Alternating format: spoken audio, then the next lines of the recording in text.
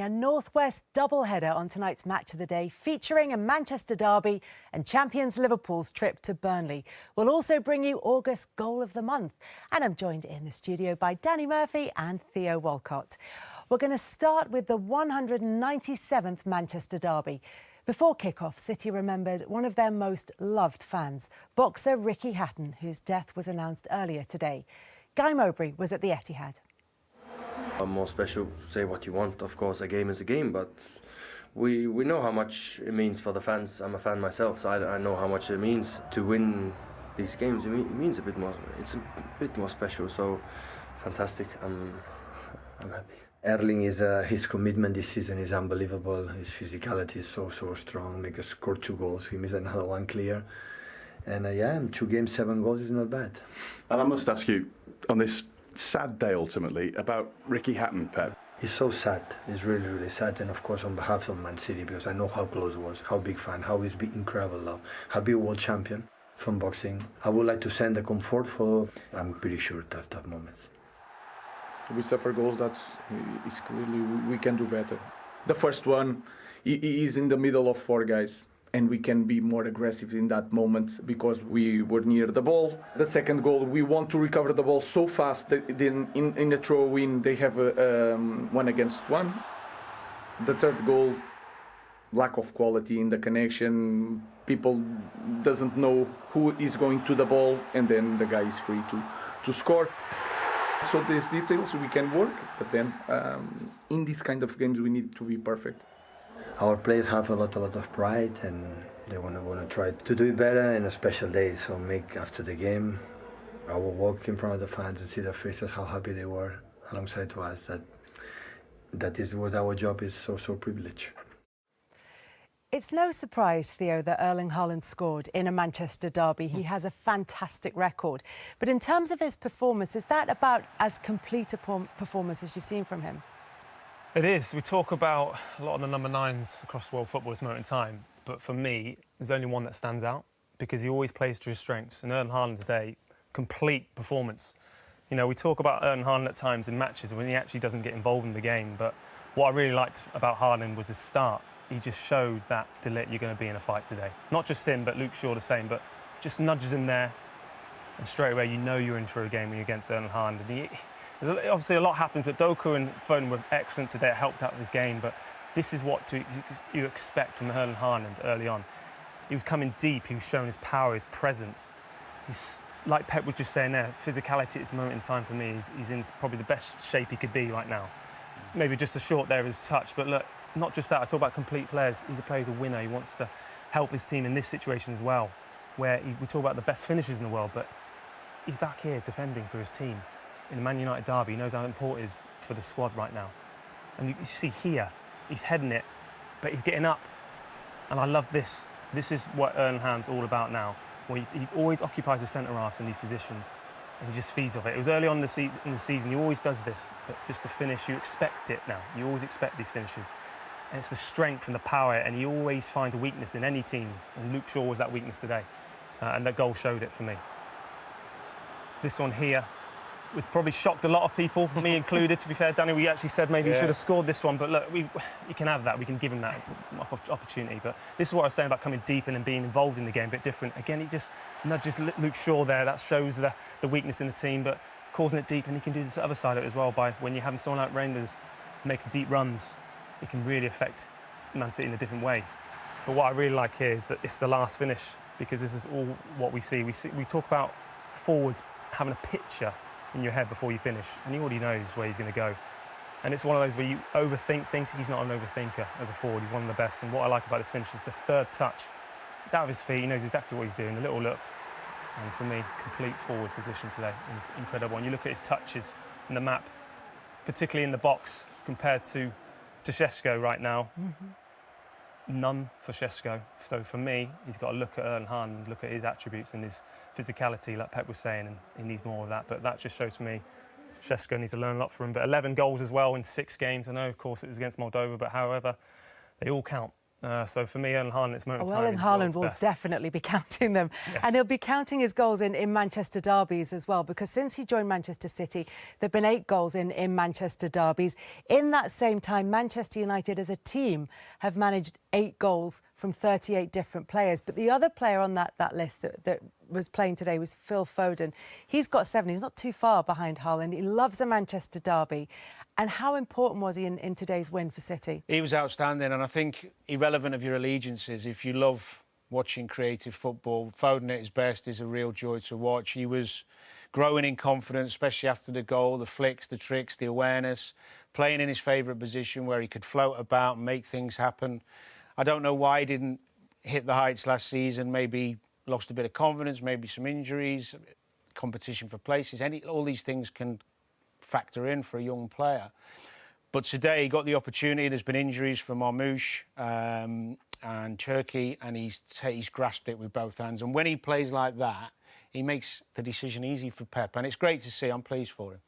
After back-to-back defeats for City before the international break, is this a reset win, a reset performance, Theo? Yeah, and I think it is. I think it's probably the perfect game coming off an international break when you look at the amount of players that you don't get to work with as well. But for me, it's no bigger game to get yourself up for as a player. So when you're playing against Man United, it was always an important game for any player and any team. But it's really important for Pep Guardiola to get results, because we don't expect him to lose this many and then to still be able to actually compete in the league. Of course, they did it still finished quite, reasonably quite strong, I think, last year. But I think it's a big season. It's a big change now in the dynamic at Man City. You look at the goalkeeper and certain players that have come in. But for me, Man City are still a problem. I'd You say. mentioned Absolutely. the goalkeeper as well. Both of these sides have new goalkeepers. Manchester United chose not to go with Lamans, but Gigi Donnarumma started for Manchester City. He will have tougher tests. He'll have busier days in the Manchester City goal. But how would you assess his first performance? Well, he did a couple of brilliant things. We know his qualities. He's a Champions League winner. This save here from Mbeumo at 2-0 is so important, because if United score there, the momentum changes. It's just the huge frame. Look at the width he gets and his fingertip. It's a phenomenal save. And exactly why they decided to bring him in, because he is more experienced than Trafford. He's got more presence. I think a brilliant goalkeeper can be the difference, 8, 9, 10 points even in a season. Yeah. What about Manchester United? It's been a really poor start to the season for them. There's lots of criticism of Ruben Amorim's shape. We heard a lot about this before he came in as Manchester United manager. We know what's on the ticket when he came into the Premier League. Is this a cause of their problems? At times, I'm not a big fan of the shape, but I have to say I've seen all of their first 4 games, and I think it's improved. They look more compact. They look like they know what they're doing more. Their bigger problem, they're not as easy to play through. Their bigger problem in recent weeks has been the individuals he's playing in the wrong positions, in that shape. For me, Bruno being a great example, has been one of Europe's best number 10s, now asking him to be an 8 and do defensive work and spot danger, which he just doesn't do very well. Shaw, a centre-half, another one. I'm going to go through the 2 goals and show you what I mean. There's the shape, the 3 with the 2 wing-backs, the 2 in midfield and the 3. So the 3-4-3, if you like. Ugarte's in a good position. He should know better, but he's so keen to try and get the ball. He's always stepping out. And when you step out and you play in that middle of the park, good teams find that space, that little pocket we talk about. Look at the top of your picture. Fernandes has got Foden, no problem. Doku gets the turn. Luke Shaw in a central play. Now, this is bad defending whether you're a left-back or a centre-half, don't get me wrong. But he's too square and it's too easy to fly by him. And as he goes by him, then you're in the box, there's problems. And Bruno, look at him ball watching. Now, I don't think Bruno's lazy. He's back in position. I just think he's so not used to spotting runners. He had the same problem at Fulham a couple of weeks ago when Emile Smith-Rowe run off the back of him. We know his quality. He's a wonderful player. But you're asking him to change his thinking on the pitch, which he hasn't played that role often enough. He still should be able to track a run. He's an intelligent footballer, but the manager's got to put players in there who do it better. There's the system again. The spaces are good, close together. There's no big areas City can take advantage of. Ugarte, again, jumps out of position. Why? There's no danger there. Stay with Foden, then it's a knock-on effect. Mazraoui's late. Yoro decides he's got to win the ball back against one of the strongest players at rolling you in the league. And there's the physicality we're talking about. And Theo mentioned Shaw at centre-half, De Ligt struggling a bit for pace against one of the best centre-forwards, don't get me wrong, in the world.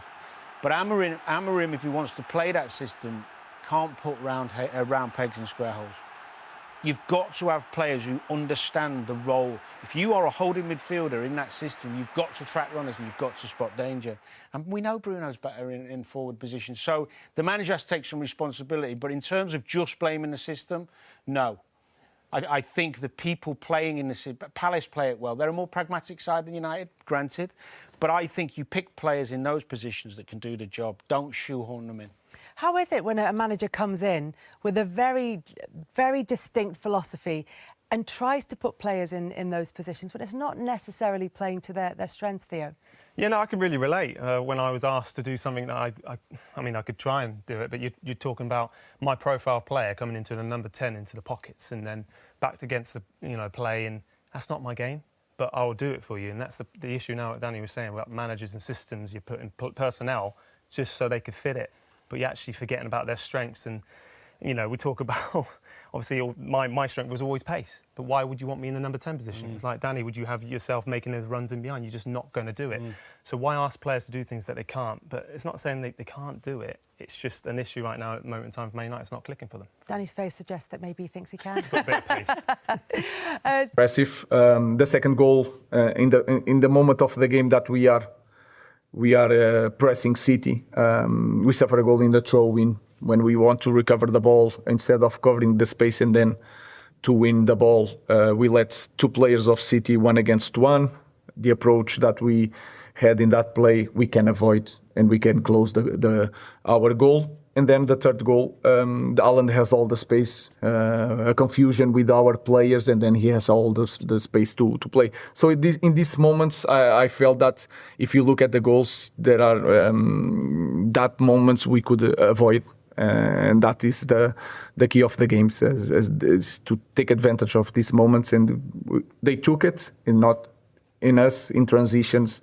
Great shot from Ryan. In those moments, they were better than us. Ruben, I mean, it's eight Premier League wins since you've been here. At some stage, you're going to have to accept that the way you set up your team is just not working. It's not creating enough wins, and people are finding it easy to play against you. Find it easy to play against, guys. You have I understand that, and I accept. So it's not a record that you should have in Manchester United. There are a lot of things that you have no idea what happened during these months, but I accept that. But I'm not going to change. When I want to change my philosophy, I will change. If not, you have to change the man. So and we will talk about that every game that we lose. I don't believe in that in the system or whatever. So I play my way, and I'm going to play my will until I want to change. David. Oh, we can hear you. Go on. Can ask. You said on Friday that you are better than last year. Can you understand why sort of fans can't see that after a result? No, I understand everything. Losing faith sorry. in your ability to kind of turn the situation. That is normal. That is normal with the results. Again, I said that. I don't see that way. I see that we are doing better, but then the results doesn't show that. I remember last year we play in the former club. We play against City. We won 4-1. It was not near the opportunities, the way we control the game compared today. But in certain moments we were not better than City. So I understand that, and it's hard. And the record says everything. So I understand. But what is your message to those fans who are losing? My message is that I'm going to give everything. I will do everything, always thinking about what is best for the club. That was always the same message. And then it's not my decision, the rest. So until I'm here, I will do my best I really want to win games. So I'm suffering more than them. Okay, last question, James. Bruno, I know you're searching for solutions in the right pairing in that sort of number 6 position, those two deeper midfielders, but you're playing obviously Bruno there. He's been far and away United's best and most consistent player for a very, very long time. Your best player, and you've now taken your best player out of his best position. and he looks compromised. Is that not just adding to the conundrum and the difficulties and overcomplicating the situation? Guys, I understand how football it is, and the results will dictate all the narratives. Against Arsenal, who is playing against Arsenal? You think we play well? We think we were the better team? You think Odegaard, Rice, and I think Zubimendi are 3 top midfielders? Yeah. We play with 3. We play with 2. One was Casemiro, the other was Bruno. Sometimes it's the dynamic of the team. Sometimes it's an opportunity that you score. I see it that way. I know that is really hard for people. And the fans don't want to hear me saying these things. And I know that they are not going to listen nothing and going to be upset. With that, I cannot do nothing. I'm trying to be rational, and I don't lie to myself. So I see the record, I understand the frustration of everybody, and I understand any decision that came with that. But that conversation about the 2 midfielders, the pair, Kobe and Mino, I understand all these narratives. But then when I look certain games, we play with 2. It's the same thing. But today when we imagine the game, why not use Ahmad? Why don't you use Ahmad, Brian, Sesco, and Bruno behind with the ball? To be the first guy receiving the ball and then with a lot of pace in front. So I'm trying to do different things, trying to imagine the game. And then when you don't win, doesn't work, you take the critics. But that's it. Thanks, everyone. Thank you.